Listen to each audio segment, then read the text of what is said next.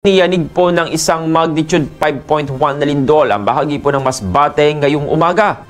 Ayon po sa PHIVOLCS, natukoy po ang episentro nito sa kargatang 29 na kilometrong timog kanluran po ng Claveria, Masbate, may lalim na 10 kilometro. Batay po sa ulat, naramdaman po ang lindol sa iba't ibang bahagi ng Bicol Region at Quezon Province. Narito po ang mga naitalang mga lakas ng pagyanig. Intensity 3 sa lungsod po ng Legazpi, Albay, intensity 2 naman sa Tabacaw, Albay, Masbate at Milagros, Masbate. Intensity 1 naman sa lungsod ng Iriga, Ragay at Tinambak, Camarines Sur, Batuan, Masbate, Gumaca at Mulanay sa Quezon.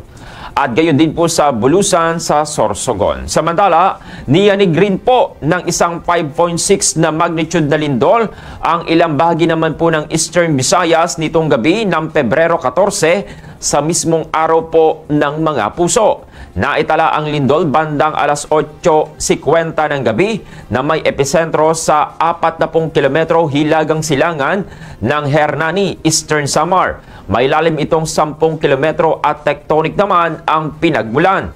Wala naman pong inaasahang pinsala o tsunami mula po yan sa lindol. Ayon po yan sa PHIVOLCS. Ngunit pinapayuhan ang mga residente na maging alerto sa posibleng mga aftershocks.